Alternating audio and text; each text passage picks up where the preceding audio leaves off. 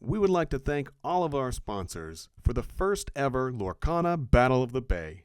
Each of our sponsors has contributed towards the prizing of this event to make sure it is a complete success. And to all of our volunteers, thank you for your continued support. Together, we are stronger.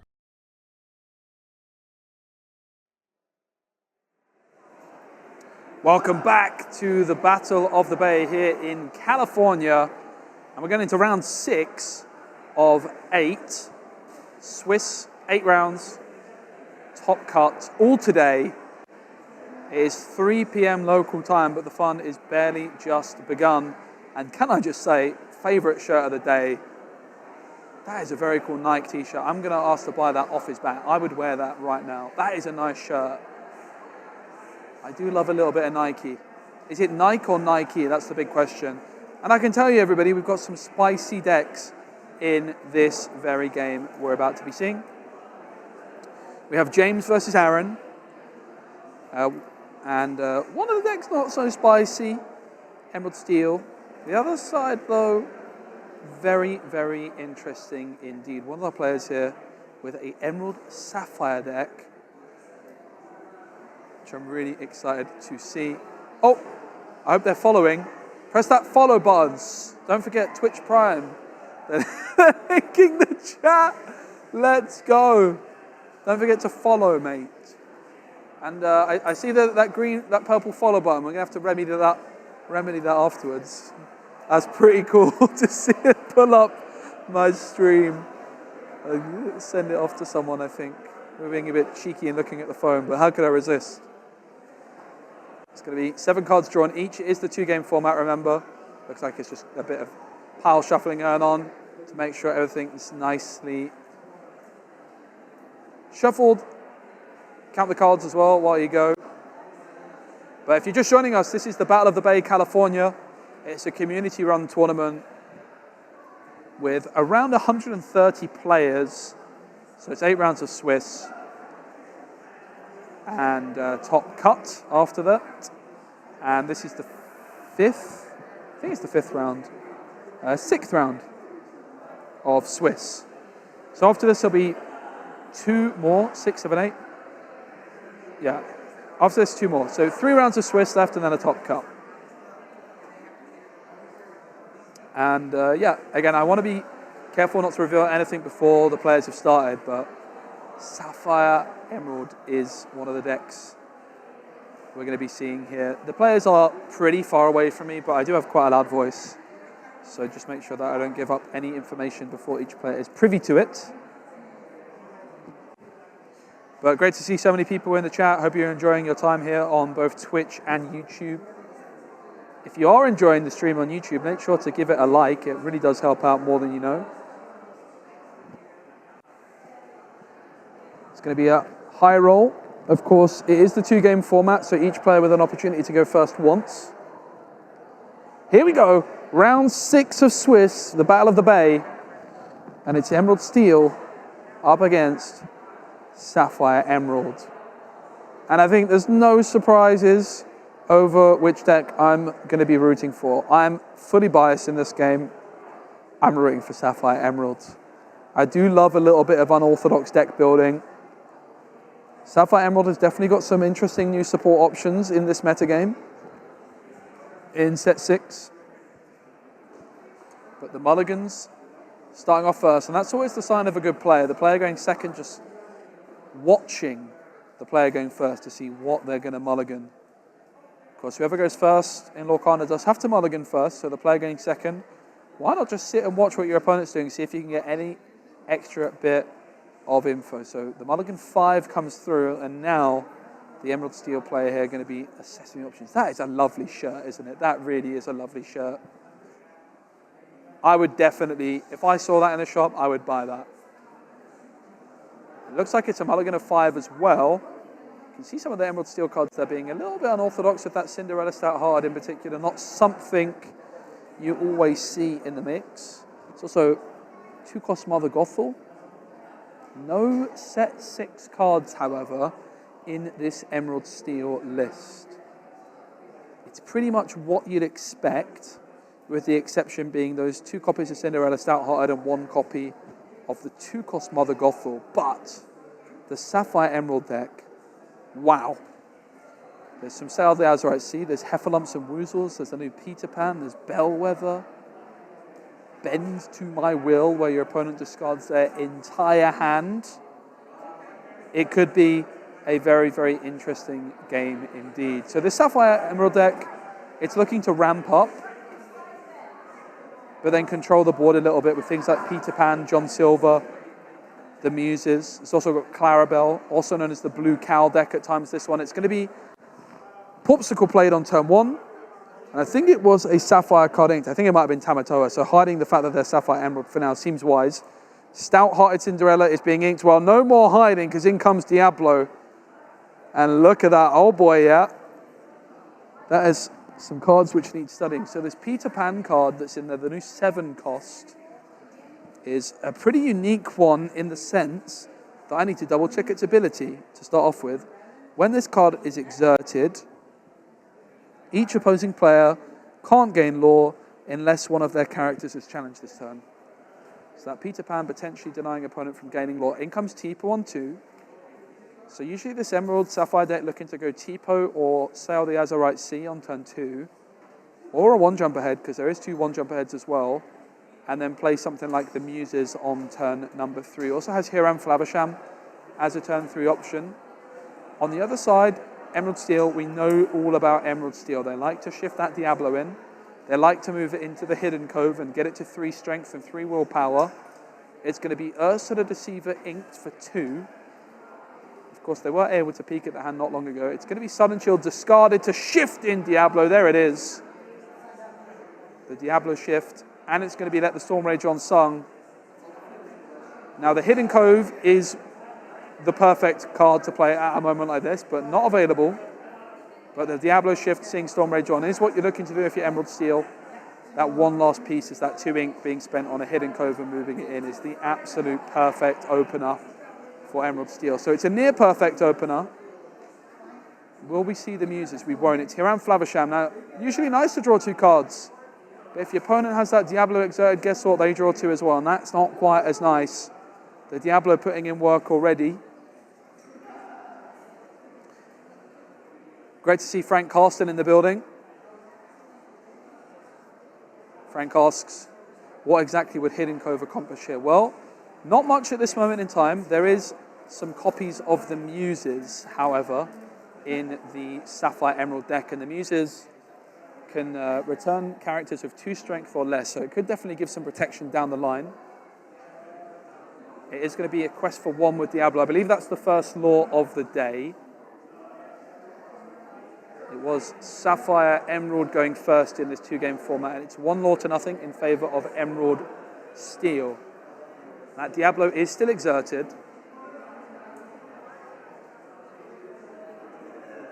Four ink currently available for the Emerald Sapphire player.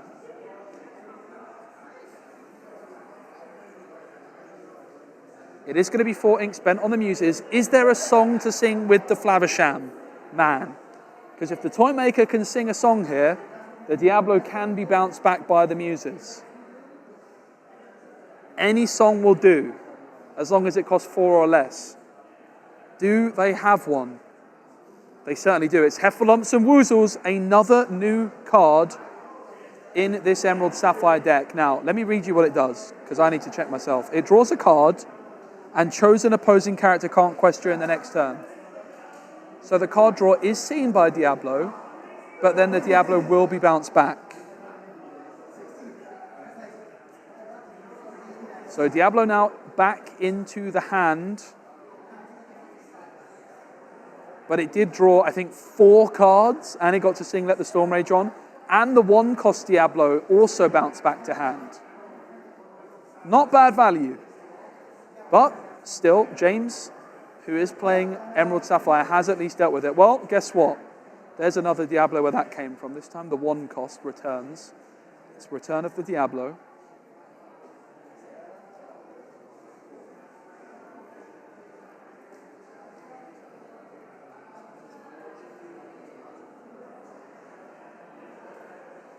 That was the first ink spent. There's still 2 ink available, and a third ink could be gained by inking, which with so many cards in hand, you would very much expect the Emerald Steel player to be inking each turn at this stage. The Emerald Steel player goes by the name of Aaron. So we've got Aaron to the right and James here to the left.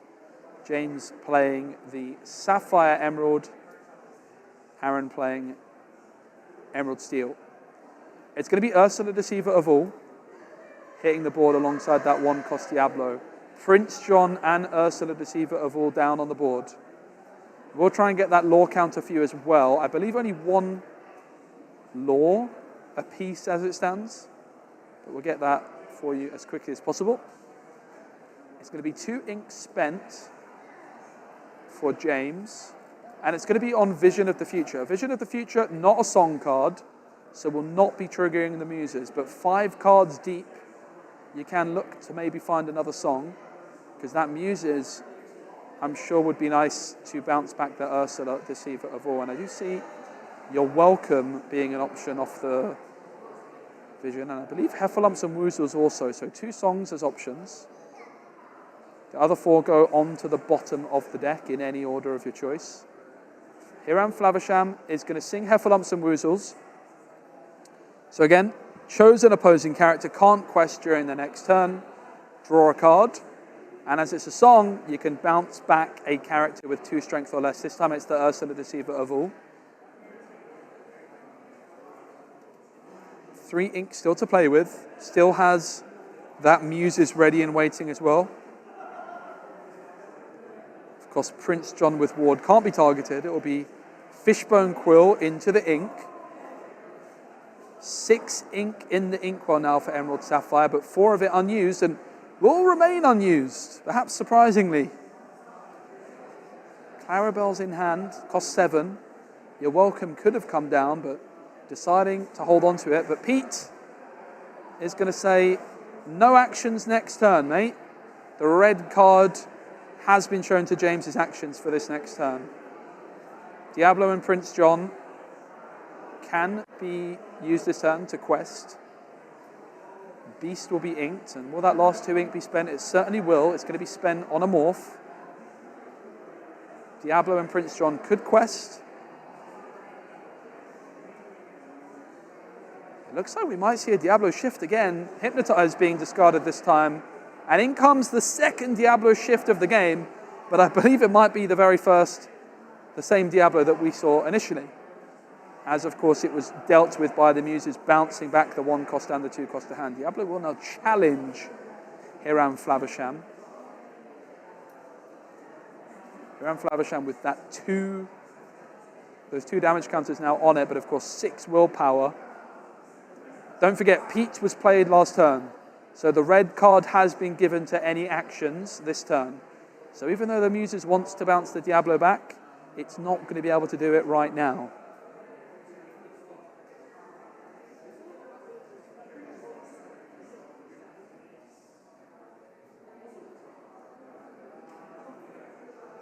Godfather says, just wondering, where do you get your information about upcoming big events?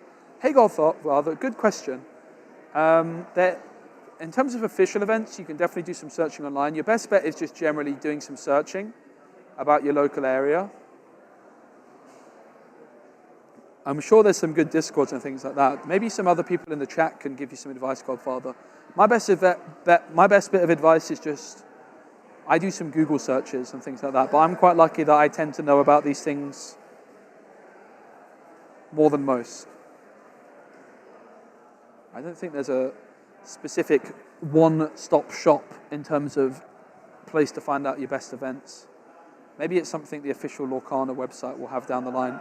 There is the Lorcana store locator on their website, which is definitely helpful, but it doesn't always find you events. It's going to be John Silver coming through, a set 1 legendary card. John Silver is doing something when both being played and when questing, and it does the same thing each time. You choose a character and they gain Reckless for a turn. I think it might have been Morph that was selected, but I could certainly be wrong with that.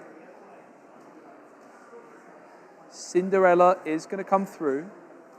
Cinderella Stouthearted, the spicy inclusion in the list here for Aaron. 2 copies of it. And Sudden Chill will be sung by Diablo. It's going to be Tamatoa, which is discarded. And of course, thanks to Prince John, it's going to be a card drawn by Aaron. Ursula Deceiver of All into the Inkwell, perhaps fearing that Muse is bouncing it back. I think that's the Disney Lorcana first year anniversary pin being used to mark the hand there as well, which is pretty cool. But you think the Muses is safe and sound with its ward? Well, guess what? Cinderella Stouthearted is able to challenge ready characters if you played a song this turn. That Sudden Chill sung by Diablo, enabling the Cinderella Stouthearted to deal with the Muses out of nowhere. So the spicy inclusion of Cindy making a real difference here. That Muses was ready to go. The Pete denied it the previous turn, and then the Cinderella removing it from the board with that You're Welcome in the hand, ready and waiting. But Clarabelle could be a really interesting option. It is going to be John Silver singing You're Welcome onto Diablo. So both the 1 cost and 2 cost Diablo are going to get shuffled back into the deck for Aaron, but then they're going to draw 2 cards.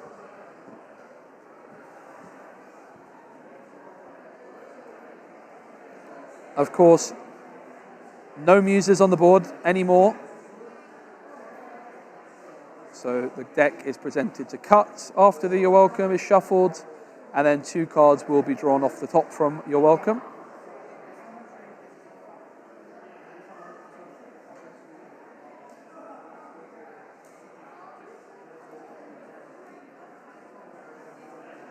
It is going to be Clarabelle, the Blue Cow deck, as I've called it in the past. Clarabelle can draw you an abundance of cards, synergizes really well with You're Welcome. So many cards now in the hand here for the Emerald Steel player, but Clarabelle is going to be drawing to match 1, 2, 3, 4, 5, 6, 7 cards drawn off a single cow. That is absurd. And this is why I call it the Blue Cow deck. You can synergize Clarabelle with Fishbone Quill, but then cards like You're Welcome, Mother Knows Best, bouncing cards back into your opponent's hand. Clarabelle, the legendary card from set 5, the star of the show here. Not sure on the score of these players as it stands. I will see if I can find out.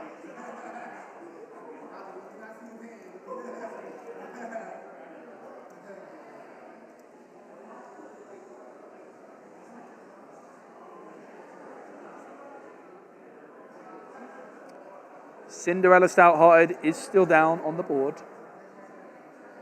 Of course, if a song is played, it can challenge ready characters. Could make light work of that Clarabelle. Clarabelle, pretty difficult to deal with often, when exerted even, like a Maui trades with Clarabelle, but having a peek at the cards drawn, there's a lot of them, including that new Peter Pan card, which is a bit of a weird one. At Peter Pan, it comes in play exerted, and your opponent is unable to quest unless one of their characters challenges first. So any card which stops your opponent gaining lore definitely has big potential in the game of Disney Lorcana, because the lore is how you win. So this Peter Pan can stop your opponent questing. Now, one thing to note as well, guys, in this Sapphire Emerald deck, there is a couple copies of Bend to My Will, a 7-cost uninkable action which discards your opponent's hand. That's right, every single card. Imagine the Clarabelle comes through, you draw 8, and you draw into Bend to My Will, and then the next turn you discard 8 of your opponent's cards. That could be a devastating combo. But it's going to be... I just sat on my microphone, 1 second. It's going to be the... We don't talk about Bruno on Clarabelle. So a card is going to be discarded at random. I have no idea how you do this. Do you need like a D20 or something? I guess you need a D20.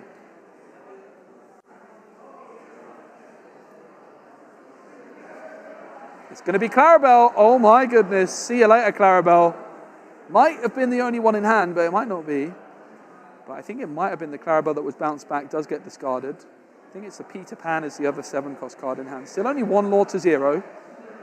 Early days in this game, and this is game number 1 of 2. 2-game format here today. We are in the 6th round of 8. Around 132 players here in California, including a Disney Lorcana Challenge champion in the form of Ed, who is doing very well in the event so far. Cinderella Stout-Hearted is able to challenge ready characters thanks to that We Don't Talk About Bruno.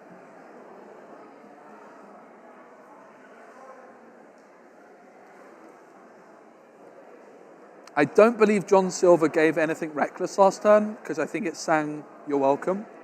So as far as I'm aware, nothing reckless. So everything's able to quest if they wish. It will be Cinderella Stout-Hearted challenging the John Silver, taking only 3 back because of the resist. But now we get some questing in. It's going to be Prince John and Pete questing for a total of 3. That 1-cost Diablo is still down on the board there as well. But imagine Bend to My Will soon. The thing is, the board is very much in favor. It has been the story of Cinderella Stout-Hearted so far.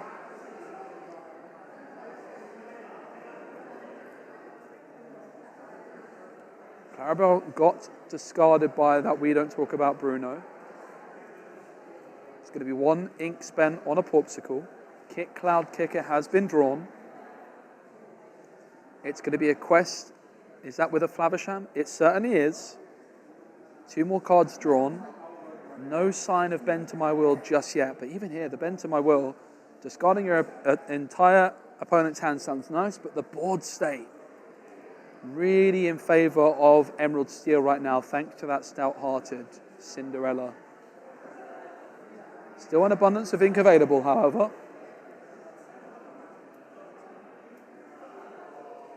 It's going to be Tipo inked, 7 ink available.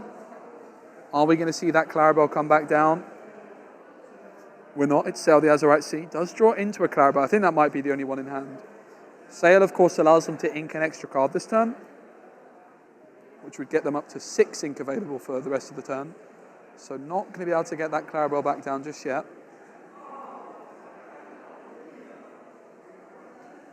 4 Law to 1 in favor of Emerald Steel right now, with a board which quests for 7. So if Emerald Steel can get a couple more Law down on the board next turn, they are threatening to win a lot more quickly than it might appear. It's going to be that 2nd card ink, thanks to the Sail the Azurite Sea. I think it's Tipo.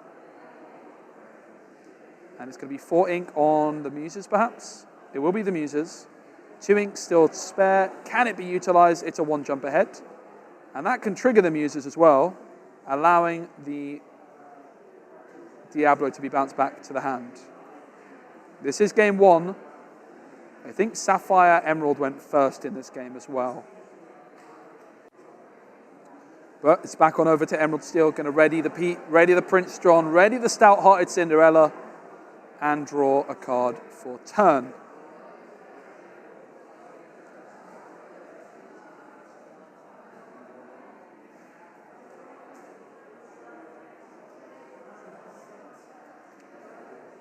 A slow start to this one in terms of lore.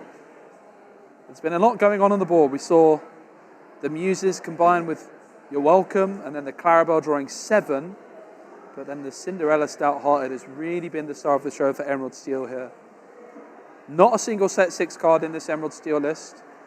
The Cinderella Stout-Hearted, 2 copies of that being the real spicy inclusion. Also 1 copy of the 2-cost Mother Gothel to look out for. It's another 1-cost Diablo, in fact probably the same 1-cost Diablo. Still no sign of that Bend to My Will. It is closed deck lists, bear in mind. Pete is going to sing Strength of a Raging Fire.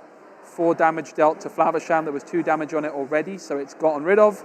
And suddenly, the Muse is taken out yet again by that Cinderella Stout-Hearted, which doesn't take any damage back thanks to its resist 2. It's got a 5/5 stat line, Cinderella Stout-Hearted, and it can challenge ready characters when a song is played this turn or an action is played, and it really has been the star of the show here.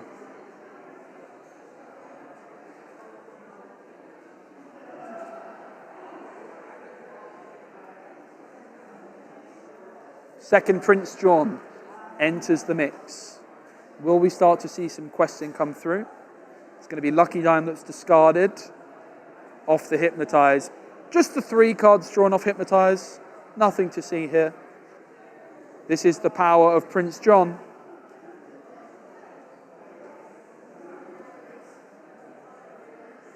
Speaking of the power of Prince John, it does all that work with card draw and ward, and it quests for 2. That was the moment I realized Prince John was an incredible card, when I realized it quested for 2. This is the, I think, 6th round of Swiss. 8 rounds total, with then a top cut.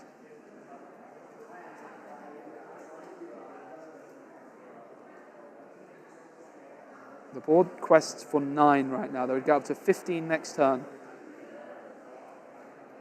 It's going to be 4 ink spent on your welcome. It is going to finally deal with that Cinderella, which was shifted onto Morph. So Morph and Cindy shuffled back into the deck.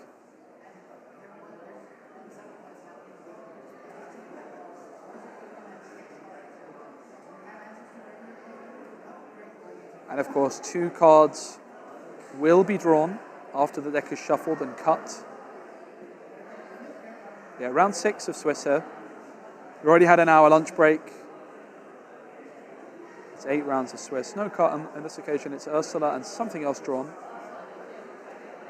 So we saw 4 ink spent on your welcome, 7 ink on Clarabelle. And of course, with Clarabelle, you're able to draw up until your opponent's cards at the end of the turn. So we saw Clarabelle earlier drawing 7. It's not going to be as many this time. It's 1, 2, 3, 4, 5, 6. Just the 6 cards drawn off Clarabelle. Nothing to see here. Just another day in the office for old Clarabelle. But the Cinderella Stout-Hearted is now gone. The question is it too late? And there's a very, very interesting card in the hand here for our Sapphire Emerald player. But the Pete comes through for 3. No actions played next turn. Protecting those Prince Johns from something like an Under the Sea. The other Pete on the board is going to exert to sing Let the Storm Rage On. 2 damage dealt to Clarabelle. Draw a card.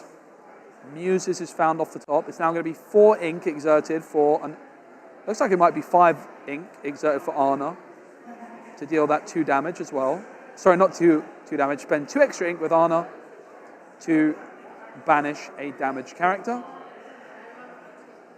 But those Prince Johns can quest, as can that 1 cost Diablo, for a total of 5 up to 11 now. And within touching distance. 4, 6, 7, 8, 9. 9 lore on the board, I believe, for Emerald Steel. So something has to be removed, or it might be all over. Yep, and of course there was Pete played as well, so no actions allowed this turn for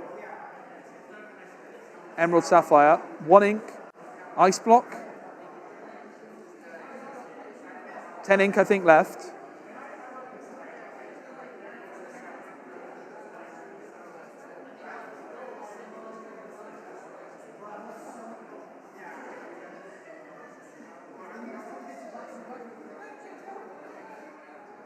Of course, those Prince Johns also with ward.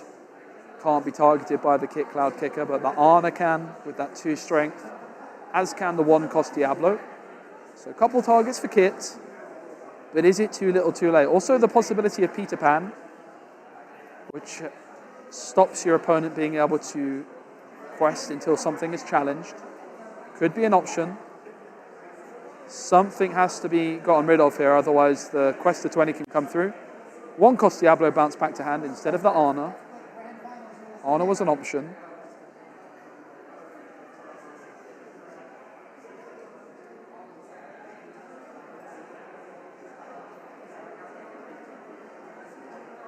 And it is the Peter Pan which hits the board. A card many of you have not seen before.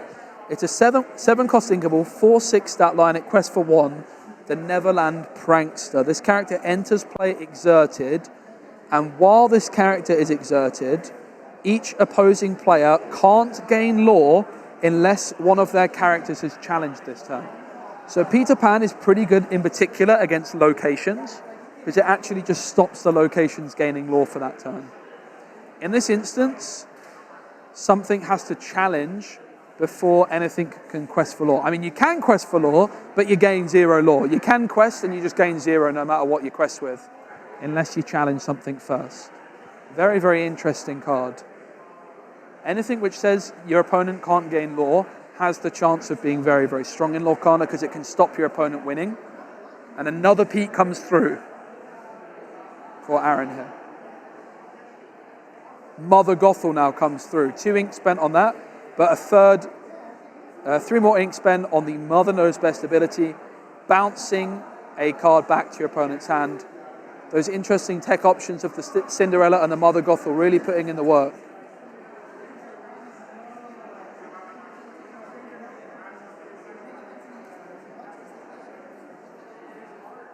I'm ordering my food right now. I have 1 fish, 1 steak.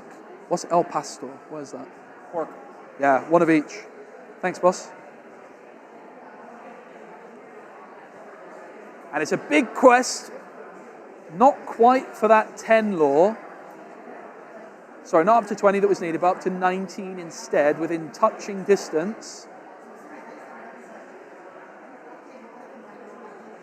19 lore to 1. The comeback of dreams is needed. And Under the Sea right now could be tremendous, but that Pete denying any actions from being played. Really fascinating game 1 here. It's going to be Clarabelle Shift for 5. Again, no actions though because of that Pete. Even an Under the Sea doesn't save the day here. It's going to be Peter Pan. They're back. No lore can be gained until something's challenged. But 19 lore to 1. It looks like it's just 1 step too far here for Emerald Sapphire. The Cinderella Stout-Hearted, the star of the show here. It is game 1, and it goes to Aaron on Emerald Steel. Cinderella Stout-Hearted, the difference maker. What is El Pastor?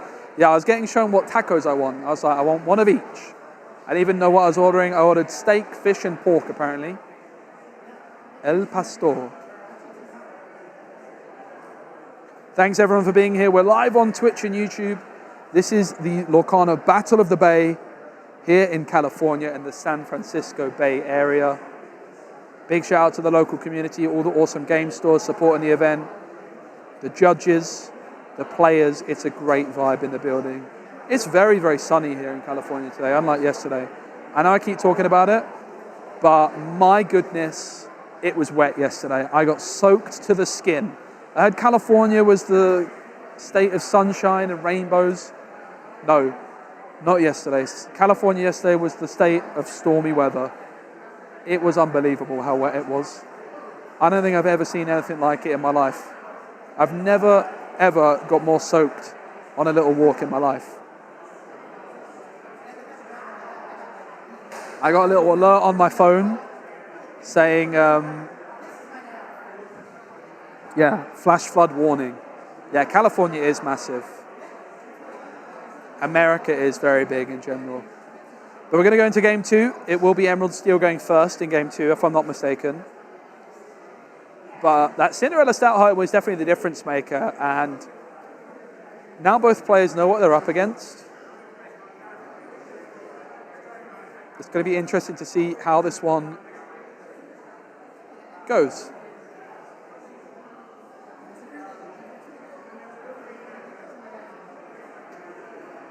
Seven cards drawn for each player.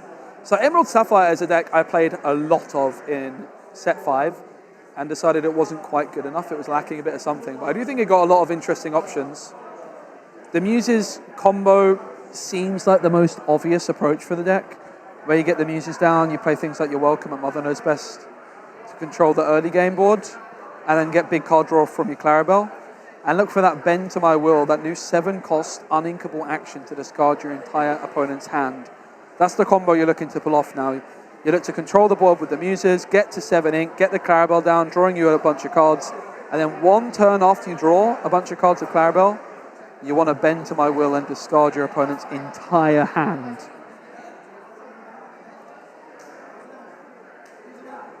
Game 1 went to Emerald Steel. Game 2 will be Emerald Steel going first.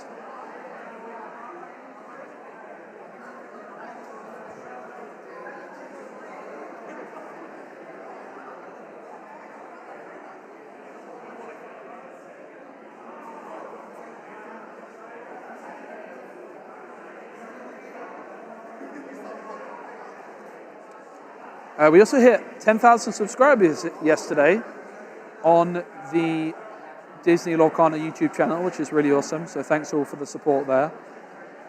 Still trailing my Marvel Snap and Gwent channel by a considerable margin, but I think we'll get there one day. It's going to be the Porpsicle to start things off. Diablo on the other side of the board. Will the Diablo shift come through? Ursula into the Inkwell. It's one on another Diablo. And one on another Diablo. You've heard of the Shin Miri line. You've heard of the Speci special. Well, this is the Aaron special. Triple Diablo by turn 2.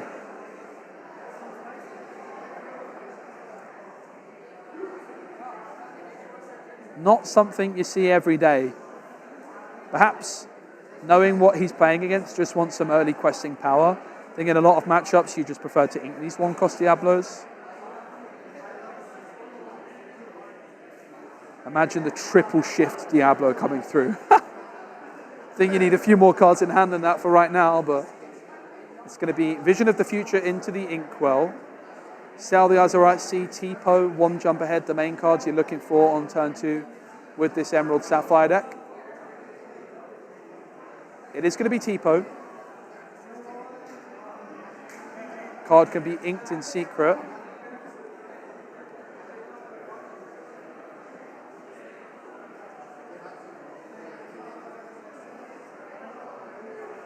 Still deciding on what that's going to be. But the T-Po, Sail, or 1 jump on turn 2, definitely the main play pattern for this Sapphire Emerald deck. They're looking to get the Muses through on turn 3.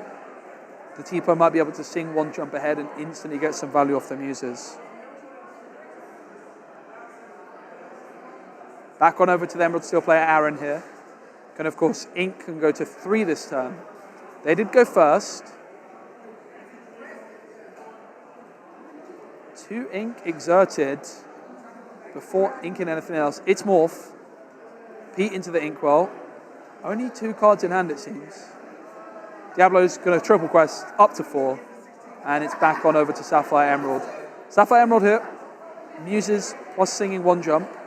Probably their best bet. Bounce that Morph back would be their best curve. Do they have it? I'm not sure. I think they're only playing a couple copies of 1 jump ahead. So it's unlikely that they do at this moment in time. The 4th card into the Inkwell is Tamatoa. This is their 3rd turn though. That T-Po jumping them ahead in ink. It's 1 ink for the Porpsicle. Sail the Azurite Sea now drawn as well, which is going to allow them to draw a card and ink an extra card this turn. It looks like Sail will be the next card played. The card drawn is that 1 jump ahead. So 1 jump could be sung, another card can be inked, and then suddenly Sapphire Emerald could be at like 7 or 8 ink by the next turn. This deck can turbo ramp, dumping its hand with things like T-Po and 1 jump and Fishbone, and then refilling with Clarabelle. That is the main play pattern of the deck. It is going to be the 1-cost Clarabelle played down. This card, another card can still be inked here from the Azurite Sea. The 1 jump can be sung by T-Po. There are options available here.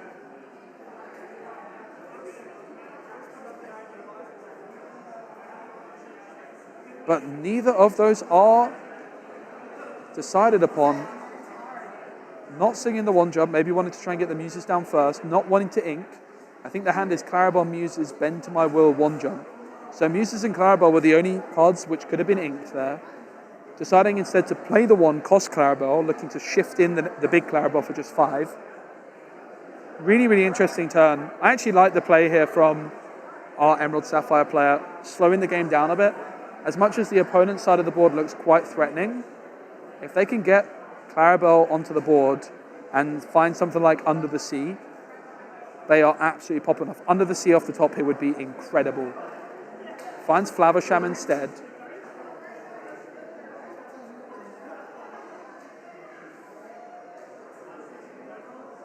The Muses is in hand, and TPOH is ready to sing one jump to bounce that morph back into the hand potentially of the opponent. Yeah, as chat's pointing out, you always want to keep an abundance of cards in hand to try and protect your best cards from those things like Sudden Chill. It will be 4 ink on the Muses.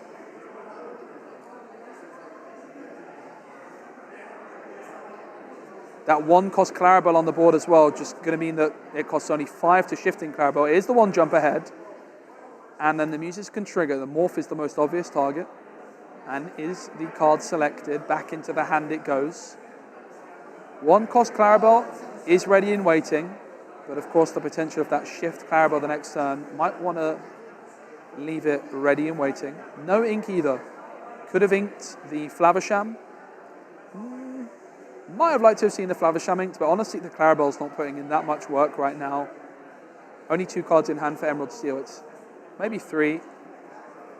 There's certainly a Hypnotize in there. I think it's 3 cards in hand for Emerald Steel right now.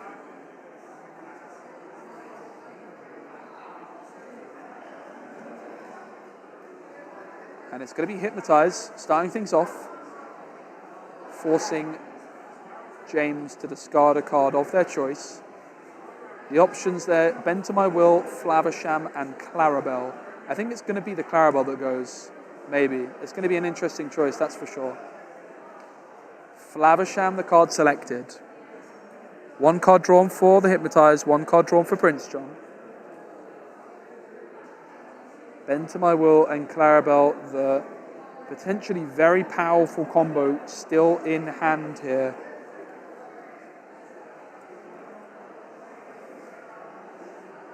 Two fresh cards drawn after that Prince John.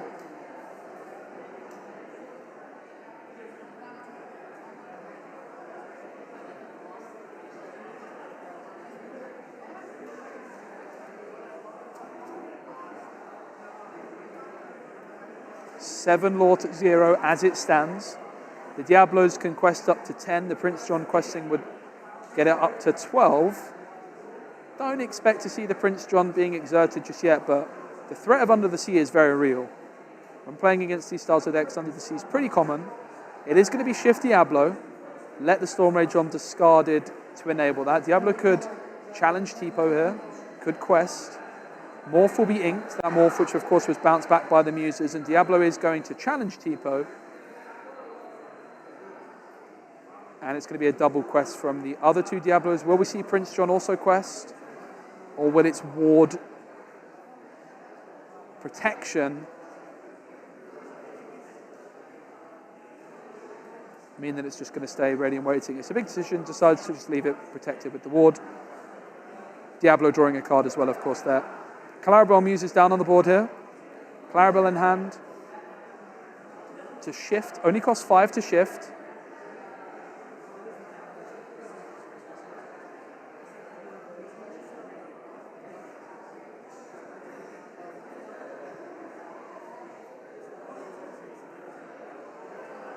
The name of the deck here that they've submitted, Fog Control. Why fog? What does fog mean in this context, chat? Help me out. It is Clarabelle shift for 5. Clarabelle looks like it's going to challenge. It's going to be a double challenge from Clarabelle and the Muses onto the 1-cost Diablos. The hand is Fishbone Quill and Bend to My Will. The Fishbone Quill here, if you ink it, you're allowed to just draw an extra card off Clarabelle, essentially. So I'd be surprised if we don't see the Fishbone Quill inked. We are going to see Clarabelle being healed by the Porpsicle. We are going to see the Fishbone Quill inked. And then 1, 2 cards drawn to match the amount of cards in the opponent's hand. Oh, it was 1 extra card drawn there. We'll just get that resolved. 2 in hand, draw up to 2. to match what your opponent has. Interesting interaction with Diablo. You can actually draw off Diablo for when your opponent draws off Clarabelle, but that's definitely not something everyone's going to know. So the way that interaction works, in theory, is the Emerald Sapphire player draws off Clarabelle, and then, because they're drawing and it's still your opponent's turn, when Diablo is exerted, then the Diablo player can draw. They didn't in this instance, though. We can see that Cinderella Stout-Hearted now in the hand, but there is not enough ink to play it down, and the morph was gotten rid of. It's going to be We Don't Talk About Bruno, but it's onto the shifted Clarabelle. So both the 1-cost Clarabelle and the 7-cost Clarabelle back into the hand. Big moment on this random discard from We Don't Talk About Bruno here. 4 cards in the hand. It's going to be randomized.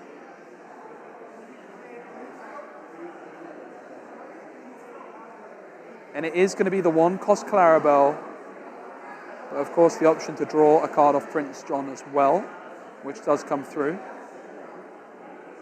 It is the Muses still on the board for Emerald Sapphire there on the glare. That 2/4 card with Ward. I believe it might have a damage counter on it as well already. Diablo is going to quest for 1 up to 10, halfway there. Really, really fascinating game. My favorite game of the day so far. I love a bit of Emerald Sapphire.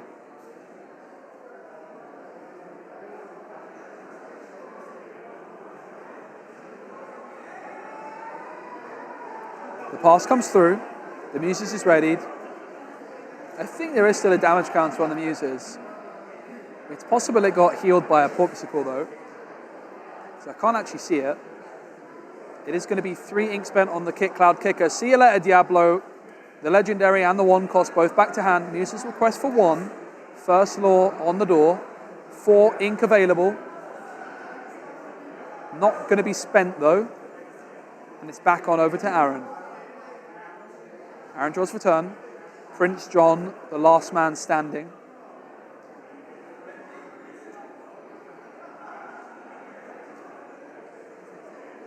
Six ink in the inkwell right now for Aaron with his lovely shirt. Diablo into the inkwell. 7 ink now available. Are we going to see the Cinderella Stout-Hearted come through?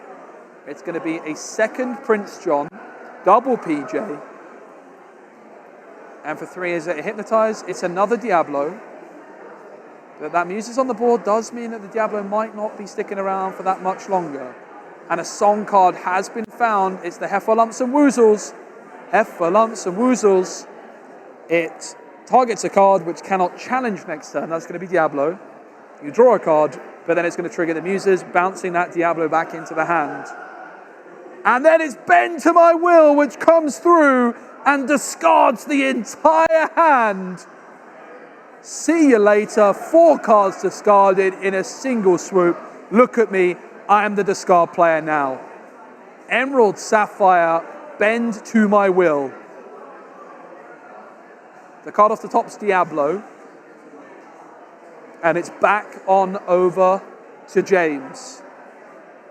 Can they find another song to deal with that Diablo with the Muses? It's going to be John Silver, meaning Diablo is reckless.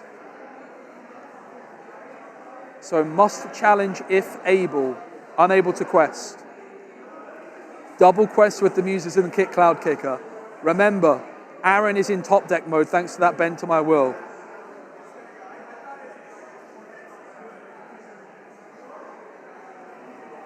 A discard card right now would give them an abundance of options thanks to those Prince Johns though. It looks like it's 1 card in hand for James. 1 card in hand for Aaron off the top just now. What is it? It's an Ursula. Is it a song? It's not. Big moment. It's Clarabelle.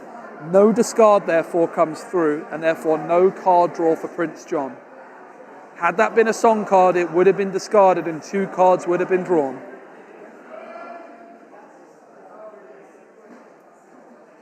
Perfect.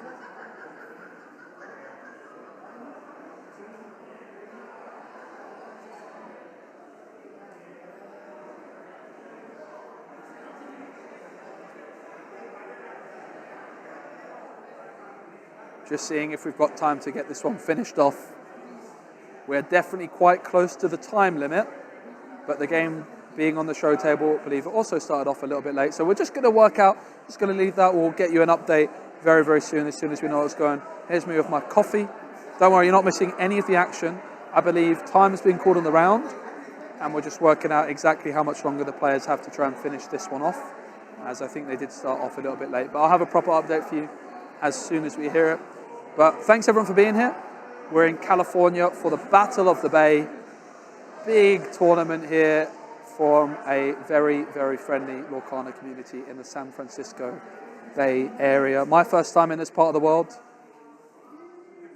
We're going to be getting an extra 5 minutes on the clock for these players. We are going to resolve it, which I know the chat is going to be happy to hear.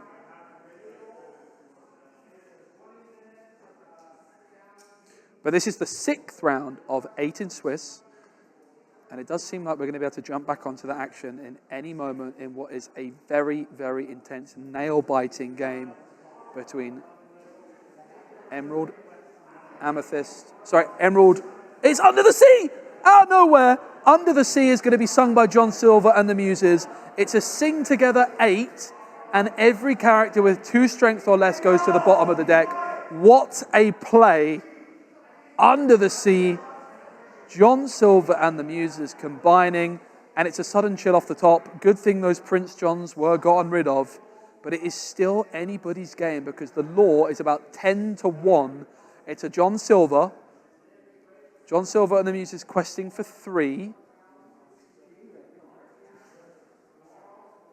Card drawn off the top here for Emerald Steel is going to be an Ursula Deceiver of all. But remember, when these John Silvers quest, they are going to be giving Reckless to an opponent's character. So this Ursula is not going to be able to sing.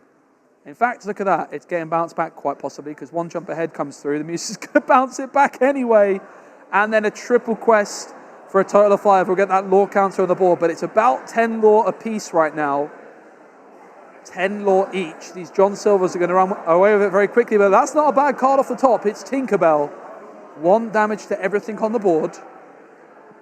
Honestly, the Tinkerbell might have been the best card drawn possible here. That Ursula Deceiver of always still in the hand. 12 lore to 10 is the scores on the doors. John Silvers and the Muses can quest for a total of 5, up to 17.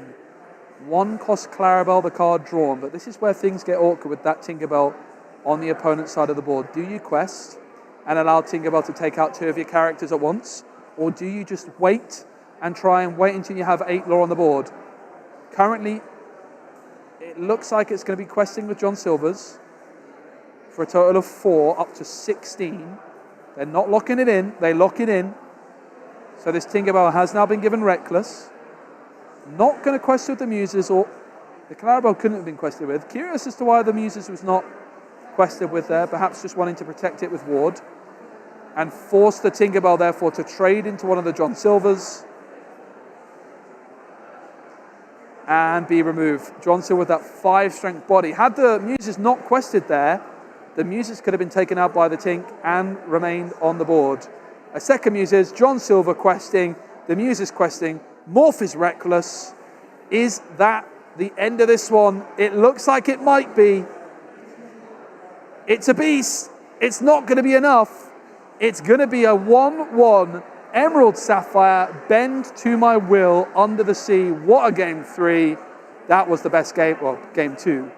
That was the best game of the day, if you ask me. I absolutely loved the Emerald Sapphire Spice. That looked like a pretty serious deck, if you ask me. Absolutely love the addition of Bend to My Will in that deck.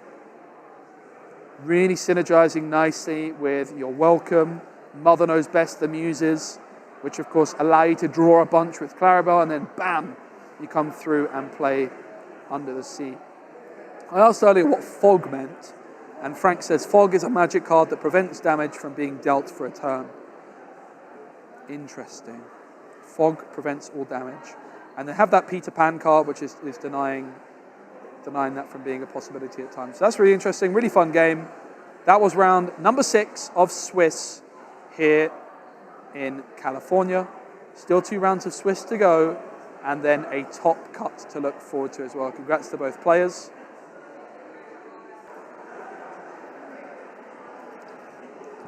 Hello. Hey.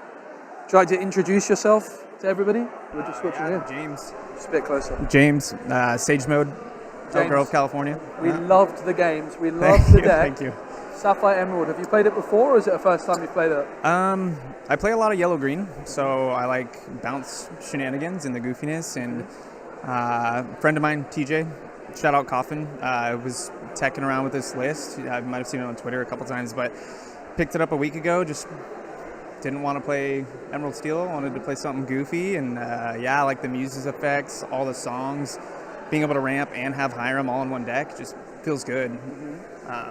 It makes it feel debilitating when you're just bouncing their whole board, drawing a ton of cards, and then dumping their hand. So it's a lot of fun. So obviously the deck picked up a bit of steam in the previous set. It never quite caught on. Yeah. But we saw a few new cards that you've got in there. Bend to My Will was my highlight of the day so far. Heffalumps, 7 cost uninkable action. Yep. Your opponent discards their entire hand. What was it about Emerald Sapphire that made you think that could be a good fit? Ramp, right? Like the biggest thing is you can do the same thing that Sapphire likes to do. You can play Popsicle, ramp on 2, play Muses the next turn in lieu of Hiram. Hiram the following turn, Muses seeing something, bounce. Just getting to either an early Clarabelle shift or control with Muses. Just trying to control the board. Yep. And put everything in their hand, so as soon as it gets played, it goes right back. They get a lot of cards. When Clarabelle comes down, you get a lot of cards, and the following turn, they lose all their cards. Yes. So my favorite statement today was the guy who said, "Look at all these cards," and immediately they're just all gone. So just a ton of fun. I think everyone I played today really loved it. They're tired of seeing the same everything with 1 or 2 cards. So not the best record, but I think the biggest thing is it's just a lot of fun. Yeah, absolutely. Also saw, I think, one copy of it. Is it Bellwether? Is that what they're called? Yeah, I teched that in last night. I've seen it kind of running around, and at League I played nothing but Amethyst decks, and the biggest issue with Amethyst is everything just says gain lore. Right? And hyper aggro running around, especially early in the set, is just a lot of lore game. So for me, I was like, well, if I can get this out, I can at least stave the game off. So my round 1 opponent today was actually hyper aggro, yellow-purple, and opened with Daisy. Oh no. And so it just kind of scared me, but ended up getting a Bellwether on curve, ink on turn 4, Reckless, bounce a bunch of cards, and then Peter Pan. I got the Peter Pan out. Yeah. They were, aggro, so challenging doesn't really help them too much. So I was able to slow the game down with Bellwether, Pan, and just Quest to Win and Dime. So both really, really good cards to deal with some aggression. So I might actually go up on Bellwether now at this point. Yeah. But Okay. Super good card. I wanted to ask a bit about Peter Pan.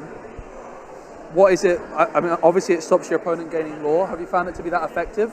Yeah. Because they can just enters play exerted, they can hit it, and then they can quest. Has it been doing enough for you, do you think? It really, I guess it just depends on the timing and when you can play it. If your opponent B-preps and plays a castle, right, like you could play it and it stops that trigger.